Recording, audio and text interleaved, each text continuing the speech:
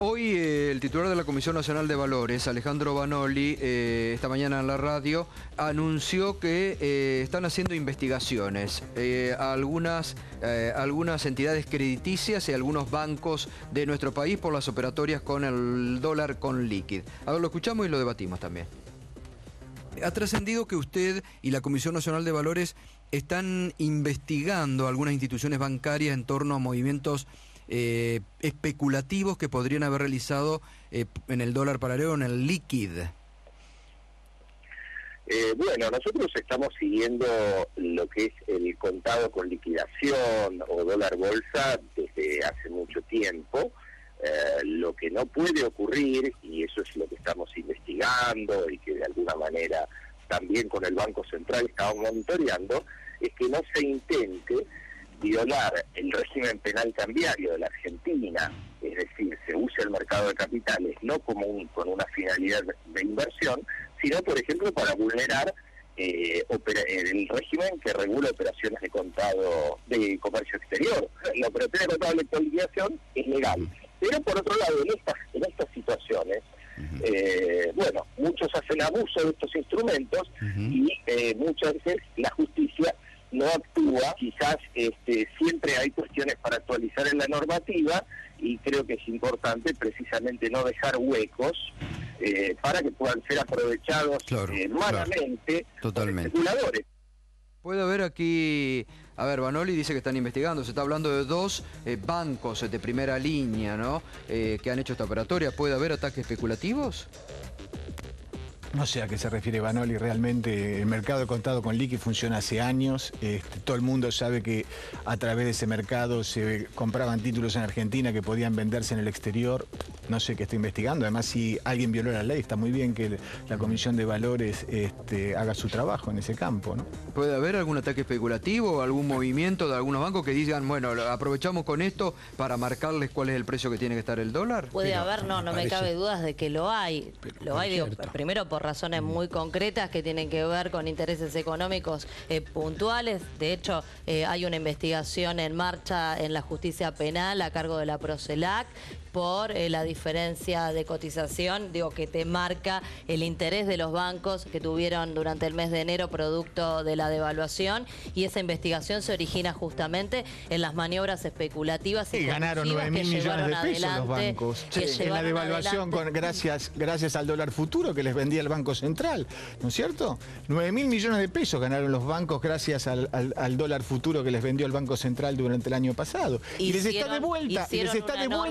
Por diferencia de cotización, porque, como consecuencia de la devaluación que ellos mismos forzaron y que quieren, por supuesto, volver a forzar. Digo, esto es así en la Argentina. Y le están vendiendo de vuelta. Me parece bárbaro que vos defiendas a los bancos, pero no podemos dejar de reconocer. Digo, cada uno defiende el interés que quiere defender, pero no podemos dejar de reconocer que el sector financiero tiene un interés muy concreto en forzar una devaluación en la Argentina que los tiene por beneficiarios, lo mismo que a los sectores exportadores de commodities. Esto es así. Lo que a mí me resulta curioso, Gustavo, es que parece que viviéramos en un país distinto, ¿no? Porque no hay presiones especulativas, no hay bancos que han sido ya reiteradamente denunciados por este motivo, no hay un enfrentamiento político de poderes, como ella decía, muy fuerte, que se da en este momento en la relación con el capitalismo financiero internacional y con los Estados Unidos. Si uno se imagina ese cuadro, entonces la verdad que parece que tenemos un gobierno que está inventando historias para justificarse y una población que, esto también habría que ver cómo se explica, se entusiasma junto con este gobierno, porque la verdad que va creciendo la adhesión al gobierno de Cristina Kirchner desde el momento que la gente en el país siente que estamos frente a algo así como un asedio del capital financiero internacional. Ahora, si todo es tan normal como ustedes lo describen, me parece que, insisto, estamos viendo dos películas distintas. Yo creo que lo que dijo Vanoli es clarísimo. El contado con liquidación es una operación legal, normal, normal que se viene haciendo hace tiempo. Pero lo que se está investigando es si a través de esta operación se está, por un lado, incrementando el número de operaciones y por otro lado, si hay un objetivo de presionar sobre la cotización del peso y de alguna manera evadir las normas que regulan el comercio exterior. Está destruyendo el peso, es el gobierno que está emitiendo 1.000 millones de pesos por día sin ningún tipo de respaldo. El que está destruyendo realmente el equilibrio de la economía argentina es el gobierno con una política fiscal absolutamente irresponsable, pero absolutamente irresponsable.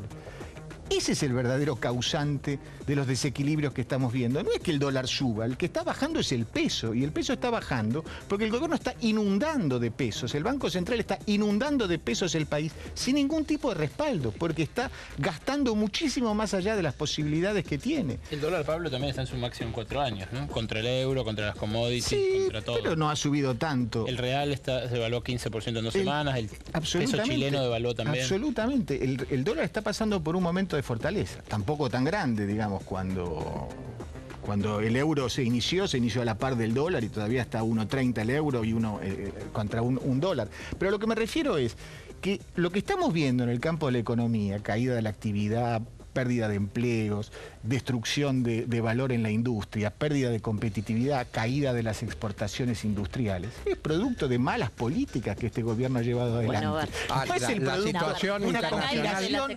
Déjenme terminar. Tiene que ver con la caída de la demanda.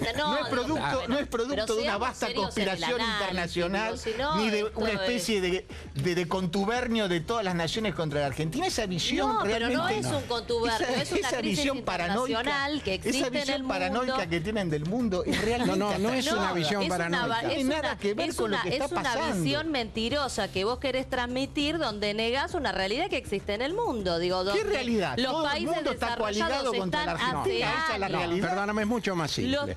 Por un lado, la Argentina por un lado hay una crisis crisis internacional que afecta a la economía argentina. Por ejemplo, y el gobierno no tiene ninguna la demanda de responsabilidad en la crisis económica. Y en segundo lo que lugar, está ocurriendo en materia económica, el gobierno no tiene ninguna responsabilidad. Intentos de desestabilización y de la conspiración externa. Por favor, seamos serios. Plantear el debate en esos términos es tomar a la gente por tonta. No, si no hay ninguna responsabilidad del gobierno en la política económica, no hay ninguna responsabilidad en los resultados de la economía. No, a ver, todo es causa de la conspiración internacional. El gobierno tiene responsabilidad y opera sobre la realidad económica, que es lo que a muchos parece molestarles. Lo que no podemos decir es que hay responsabilidad del gobierno por un lado y desconocer que hay responsabilidad de los actores económicos que acá en la China y en todo el mundo claramente son un poder corporativo con ¿por qué la mucho más inflación en poder Brasil que la es del política, 5% y del 40% en Argentina? ¿Por qué en Chile es del 3% la inflación y resulta que los empresarios argentinos son los más cretinos del mundo? Nosotros tenemos los empresarios más cretinos, los comerciantes más delincuentes del mundo. En todo el resto de los países los comerciantes son gente decente y los precios crecen al 3% por año y en Argentina crecen al 40% porque los argentinos son todos unos delincuentes. Hay países que vos tomás como ejemplo que tienen esquemas ortodoxos en su política monetaria y eso tiene como corolario que hayan crecido muchísimo menos que la Argentina, que hayan redistribuido. Hasta Colombia en este momento tiene un producto bruto mayor que la Argentina. No me midas con 2 meses la realidad porque la realidad es un ciclo de mediano a largo. A ver, ningún país de la región y menos eso que vos tomás como ejemplo ¿qué año tengo que tomar? Hace 100 años como la Argentina. Todo el último, bueno, tenés que tomar todo el periodo de gobierno, por lo menos. El ingreso real en la Argentina ha crecido más que en casi todos los otros países de la región. Por favor, los índices de pobreza están en los mismos niveles que teníamos cuando el kirchnerismo llegó al gobierno. 30%. Mirá, el Banco Mundial acaba de emitir un informe donde dice que los índices de pobreza que eran del 54%, recordemos en el año 2003, hoy están en el 11%. Pero por favor, esas son las estadísticas reproducidas del INDEC de Argentina. No, señor, son las estadísticas del Banco Mundial, serias de la Universidad Católica hablan de 30% ahora de la pobreza. Universidad Católica es la estadística y el INDEC es más creíble, pero si no estoy hablando del INDEC, estoy hablando del Banco Mundial. ¿Quién mide la pobreza en Argentina? ¿Por qué el ministro Kicillof no dice cuál es el índice de pobreza actual? Hay muchas mediciones de pobreza en la Argentina, algunas de ellas salvo la de la UCA, que tiene una intencionalidad política clara. Yo creo que no nos vamos a poner de acuerdo con los números y además uno podría pensar que aunque nosotros la defendemos. Una cosita, un numerito en el que seguro nos vamos a poner de acuerdo, que vos lo mencionabas, es la redistribución del ingreso, porque acá no hay deflactores ni nada. Digo, los salarios pasaron del 34 al 50% y el 10% más rico se dio 10 puntos porcentuales. Y los precios crecieron 12%. Ahí está lo que decía y los precios crecieron 12%. Importa, los precios se expresan. Los precios crecieron 12% y el ingreso se distribuye justamente en Argentina. Bueno, ahora, los salarios pasaron del 34 al 50% del ingreso nacional. Perdón. Fernanda, un minuto. Eduardo, vamos. A mí me parece que hay una cuestión básica en la que sería razonable que no estuviéramos en desacuerdo, pero desgraciadamente me parece que sí. Porque uno puede pensar lo que quiera de la política económica del gobierno, pero frente a una situación como la que se ha planteado con Griesa, uno tendría que pensar, primero, esto es algo que no le conviene a la Argentina.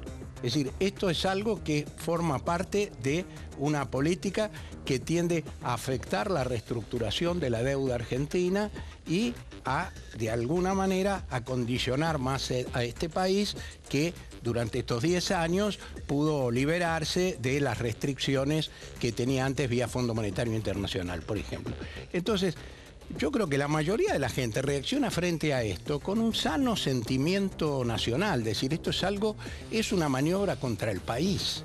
Ahora, yo lo único que no he escuchado de ustedes es eso.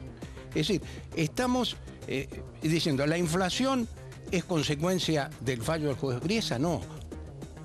¿La caída de la actividad económica es consecuencia del fallo de Griesa? No. Tiene que ver con una situación externa, con una puja distributiva interna, con un montón de cosas. Pero lo que está ocurriendo hoy es una ofensiva que tiende a reducir las posibilidades de autonomía de la política argentina. O sea, es una mala noticia para el país. Y yo lo que veo es que hay mucha gente que lo celebra, que dicen, habría que haberle pagado a Griesa la sentencia, sabiendo que el pago de la sentencia que reclamaba Griesa disparaba inmediatamente la cláusula Rufo y nos ponía en una situación que era realmente mucho más grave que la que teníamos en el momento. Aldo Bram. Sí, una cosa que nadie está celebrando la situación en la que estamos, porque claramente, si bien es cierto que la recesión era previa, el aumento de la inflación es previo, todo eso lamentablemente se está empeorando con esta situación de cesación de pago selectiva. Y a nadie le gusta vivir en más recesión y con más inflación. Lo que sí me parece que comparto con Pablo es un absurdo pensar que aquí hay una conspiración internacional que está liderada por los fondos buitres asociados con Griesa para perjudicar a la Argentina y hacer caer el proceso de reestructuración de la deuda. ¿Por qué? Porque hay que recordar que la Cámara de Apelaciones en Estados Unidos avaló el fallo de Griesa.